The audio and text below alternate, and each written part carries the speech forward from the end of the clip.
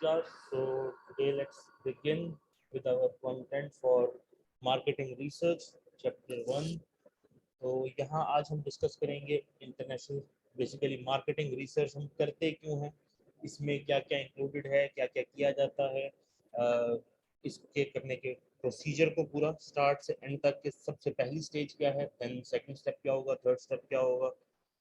तो first of all let's say, how would you define marketing? Anything at all?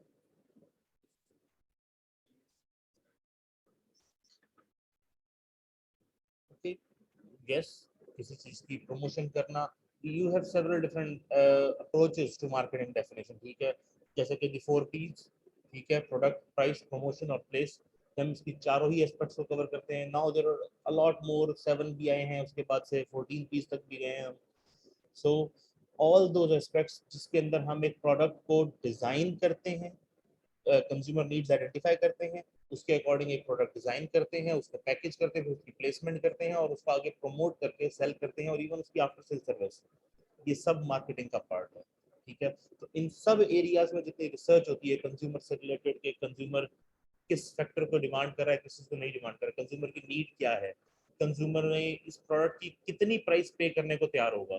ठीक है, हमने एक नया प्रोडक्ट बनाया, now we want to determine कि इसकी हम प्राइस क्या रखें. ठीक है, अब प्रोडक्ट ऐसा है कि let's suppose we made a shoe polish, जो कि लेट्स सपोज 1 वीक तक आपको शू को दोबारा पॉलिश नहीं करना पड़ता. ठीक है, सो हम ऑलरेडी शू पॉलिश बनाकर बेच रहे हैं, तो हम इस पॉलिश की प्राइस क्या रखें. अगर हमने पिछली पॉलिश जो थी हमारी that was being sold for $50, तो इसकी प्राइस क्या रखें जो कि सिर्फ वो एक दिन के लिए पॉलिश करनी होती थी और डेली आपको करनी पड़ती थी.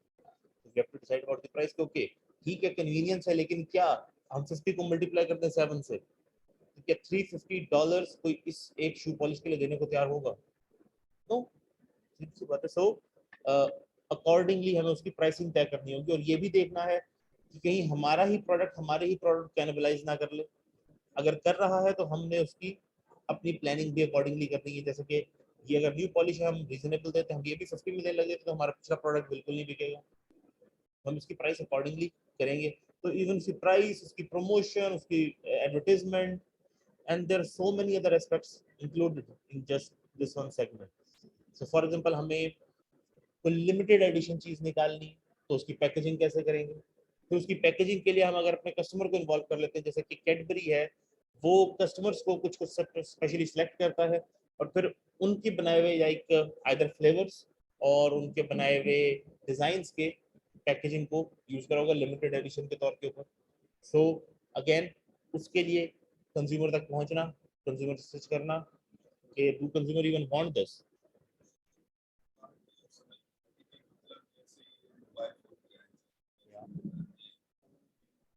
ठीक है,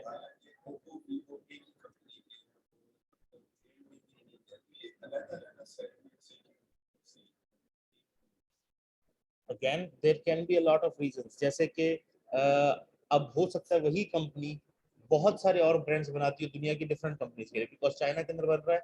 वो यूजुअली एक ही कंपनी है जिसको ये टेक्नोलॉजी आती है बनाने की, जिसके पास ये पूरी स्किल्स हैं, लेबर है. ना व्हाट हैपेंस इज कि आपने अपना ब्रांड बनाना है, आप उसके पास ले गए कि मुझे इस ब्रांड का बना दे, वो प्रोडक्ट वही है, डिजाइन वही है, वो उसके ऊपर आपका लोगो प्लेस कर दें. जब वो खुद बेच रहे हैं लेट्स सपोज, ठीक है, in that case what they would do is कि वो उसको अगर डिफरेंट प्राइस रेंजेस में बेचना चाहते हैं, एक जरा हाई एंड बनाकर बेचना चाहते हैं, एक जरा मॉडरेट लेवल का, एक जरा लो एंड बनाकर बेचना चाहते हैं, तो दे नेम देम डिफरेंटली. वो सेम ब्रांड के अंदर डिफरेंट प्राइसिंग नहीं करेंगे. फॉर एग्जांपल, आपको आईफोन के अंदर या सैमसंग के अंदर बहुत ज्यादा लो प्राइस अब नहीं मिलेगी. There was a time then when Samsung used to have low price phones, तब बहुत एक्सपेंसिव फोन उनका कोई भी नहीं था. But now they only be targeting that higher end. ठीक है, तो जो मार्केट सेगमेंट उससे बच जाता है उसके लिए वो अपना प्रोडक्ट अकॉर्डिंगली डिजाइन करते हैं. फिर उसको अगेन, अगर आप एक मॉडरेट या थोड़ा सा हाई एंड प्रोडक्ट की सेगमेंट को टारगेट करना चाह रहे हैं जो कि आईफोन या सैमसंग अफोर्ड नहीं कर सकता, ठीक है, लेकिन वो अब ये भी नहीं चाहेगा कि उसे आप बिल्कुल लो एंड के नेम वाला प्रोडक्ट दें, वो प्रेफर करेंगे कि कोई डिफरेंट नेम से हो. ठीक है, one of the reasons could be this. Another reason could be कि वो डिफरेंट कंट्रीज में उन्होंने बेचना है, तो हो सकता है कि डिफरेंट कंट्रीज में डिफरेंट ही बेच रहे हैं, लेकिन पाकिस्तान के वो तीनों ही बेच रहे हैं, तो तीनों नामों से यहाँ पर बेच रहे हैं. There could be a lot of strategies behind that. Okay, so what is research marketing? तो हमने देख लिया कि पूरी प्रोसेस, आइडिया, प्रॉब्लम ढूंढ के कस्टमर की, उसको सॉल्व करने का आइडिया ढूंढ के, उसका प्रोडक्ट बना के, प्रोटोटाइप बना के, टेस्टिंग करके, पैकेजिंग करके, बेचना और प्राइसिंग करना, उसकी आफ्टर सेल सर्विस प्रमोशन करना, ये सब मार्केटिंग में आ गया. Now what is research?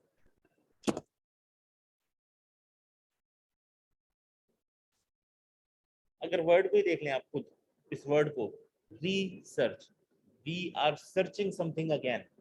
सो एक पहला जो फिनोमिना रिसर्च के अंदर आता है वो ये है कि ये चीज पहले किसी ना किसी ने की होगी. आज तक दुनिया में इतने लोग आए हैं तो उन्होंने इसके ऊपर कोई काम कुछ ना कुछ किया हुआ होगा. तो कोई भी आप एरिया उठाएंगे रिसर्च का, तो किसी ना किसी ने इसके बारे में सोचा होगा, इसके बारे में कुछ डेवलपमेंट की होगी. हो सकता है वो लिटरेचर जो है वो लॉस्ट हो गया हो, हमें आज मिल ना रहा हो.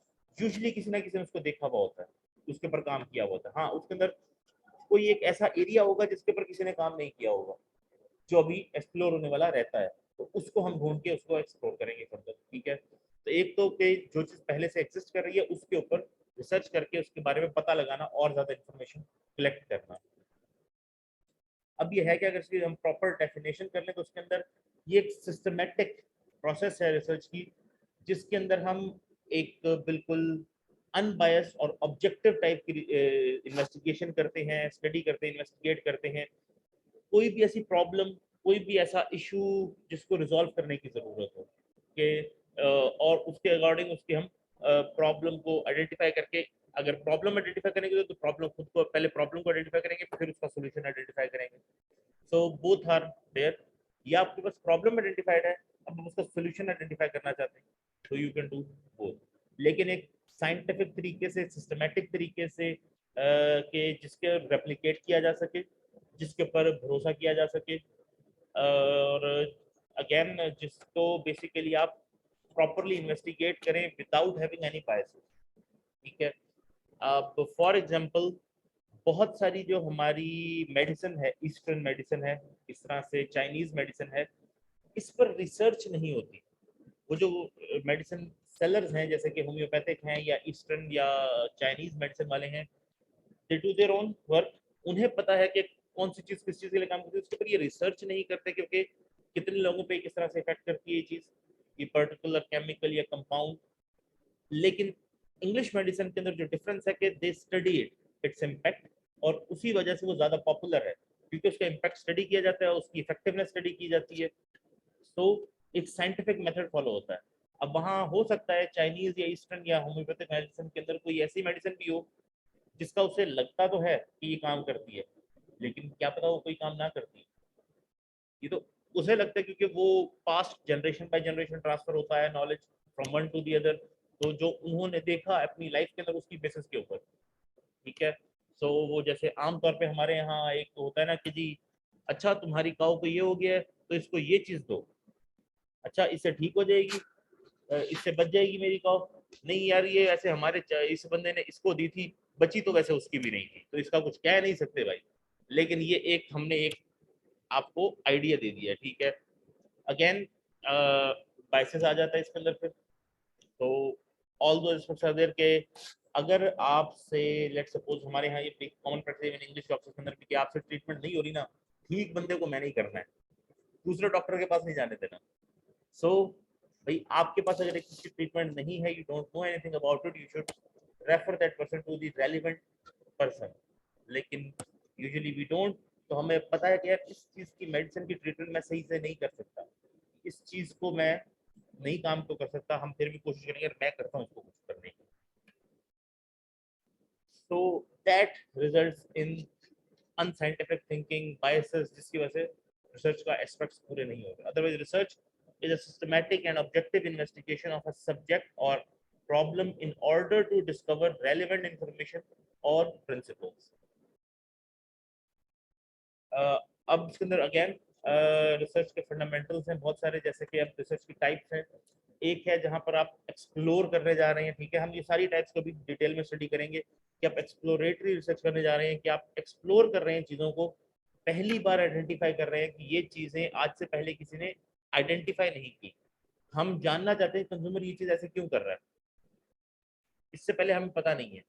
सो हमें नहीं पता कि कंज्यूमर किस बेसिस के ऊपर टेक्नोलॉजी को अडॉप्ट करता है।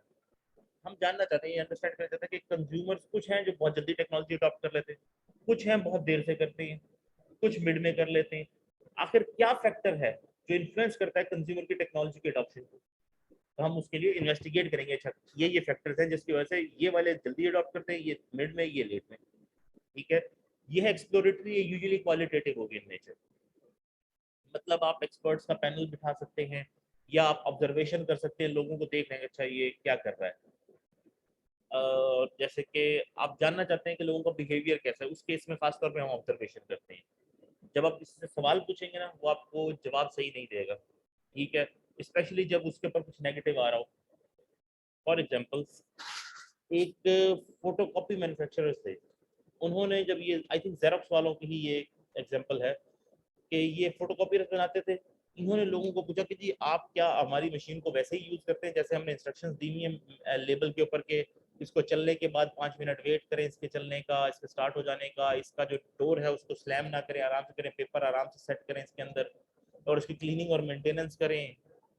ओके, लोगों ने कहा जी हम सब करते हैं। जब उन्होंने कैमरा लगा के ऑब्जर्व किया तो पता चला कि जी जैसे ही मशीन ऑन करते हैं लोग उसका बटन दबाने बैठ जाते हैं, चलो चलो चलो चलो, क्यों नहीं चल रही, कॉपी क्यों नहीं कर रही, जल्दी करो। अब फिर गुस्से में आके कोई इसको स्टेप डोर को भी स्लैम कर देता है, कोई इसको किक भी मार देता है मशीन को। तो उससे उनको पता चला कि लोग जो हमें बताते हैं और जो हम एक्चुअल में देख रहे हैं उन लोगों का रिएक्शन तो वो डिफरेंट है। तो उसके अकॉर्डिंग उन्होंने अपनी मशीन के अंदर चेंजेस किए। ठीक है, तो ये है एक्सप्लोरेटरी। ये एक्सप्लोरेटरी लेवल कि आपको इस चीज के बारे में पता नहीं है। अब आप जानना चाहते हैं कि आखिर क्यों कोई बंदा टेक्नोलॉजी को देर से एक्सेप्ट करता है, तो उसके लिए आपको इंटरव्यूज करने होंगे, पूछना होगा, इन डेप्थ इंटरव्यूज हो सकते हैं, फोकस ग्रुप हो सकता है। अब क्वालिटेटिव डाटा आएगा आपके पास, क्वांटिटेटिव नहीं है ना कि ये रीजन है। अब उसके अंदर से आपने ढूंढना, अच्छा एक ये रीजन है जो सब कहते हैं कि इस वजह से हम देर से अडॉप्ट करते हैं, एक ये रीजन है। उसकी बेस के ऊपर आप अपना एक मॉडल प्रपोज करते हैं कि ये 4 रीजन है जिसकी वजह से आमतौर पर लोग टेक्नोलॉजी देर से अडॉप्ट करते हैं। ठीक है, अब इसके बाद होता है डिस्क्रिप्टिव। डिस्क्रिप्टिव में हम क्या करते हैं, क्योंकि ये एक्सप्लोरेटरी किसी ने करके ये मॉडल हमें बनाकर दे दिया कि ये 4-5 चीजें जिसकी वजह से ये चीज होती है, हमने कैसे टेस्ट करके देखते हैं क्या वाकई ऐसा होता है। अब हम लोगों से जाकर इसके बारे में सवाल पूछते हैं, हम क्वेश्चन फिल करवा सकते हैं, हम उनसे इंटरव्यू ले सकते हैं, हम उनसे और किसी टेक्निक से डेटा ले सकते हैं। उस डेटा के अंदर अब हम क्वांटिफाइड बातें उससे पूछ सकते हैं, क्योंकि हमारे पास मॉडल पड़ा है ना कि ये फैक्टर्स हैं, उन फैक्टर से रिलेटेड उससे सवाल पूछेंगे। फिर उस क्वांटिफाइड डाटा के ऊपर जब हमारे पास डाटा आएगा तो उसका एनालिसिस करके हम कहेंगे हाँ वाकई इन चारों फैक्टर्स की वजह से लोग टेक्नोलॉजी देर से अडॉप्ट करते हैं, या फिर इसमें से ये 3 फैक्टर्स की वजह से आमतौर पर लोग टेक्नोलॉजी देर से अडॉप्ट करते हैं, चौथे फैक्टर का कोई रोल नहीं है। ठीक है, तो इस तरह का ये क्वांटिटेटिव होगी, यूजुअली डिस्क्रिप्टिव फिर क्वांटिटेटिव के अंदर आ जाती है। अब क्वांटिटेटिव में एक और सोर्स भी है, एक तो था ये वाला जिसके अंदर हमने प्राइमरी था जिसके अंदर हमने जाके लोगों से डाटा लिया, दूसरा है सेकेंडरी जिसके अंदर हम एग्जिस्टिंग डेटा को यूज करते हैं। सो किसी और ने वो डेटा कलेक्ट किया हुआ था, किसी मैगजीन ने किसी सर्वे के लिए डाटा कलेक्ट किया था, उसमें से डाटा हमारे से रेलेवेंट हमें मिल सकता है, तो हमने कहा हम भी यहीं से ले लेते हैं, नो प्रॉब्लम एट ऑल। तो हमने वहीं से डाटा ले लिया और उसका एनालिसिस कर लिए, ये होगा सेकेंडरी डेटा का एनालिसिस। या फिर हमें किसी कंपनी के बारे में इंफॉर्मेशन लेनी थी, अब उसकी एनुअल रिपोर्ट में वो इन्फॉर्मेशन दी हुई है, अब हमें पता है कि ऐसे कोई देगा नहीं या एम्प्लॉयज को पता नहीं होगा, हम डायरेक्टली उसकी एनुअल रिपोर्ट उठाएंगे, उसमें से वो इन्फॉर्मेशन एक्सट्रैक्ट करेंगे और उसकी बेसिस के ऊपर अपना कंक्लूजन ड्रॉ कर लेंगे। ठीक है,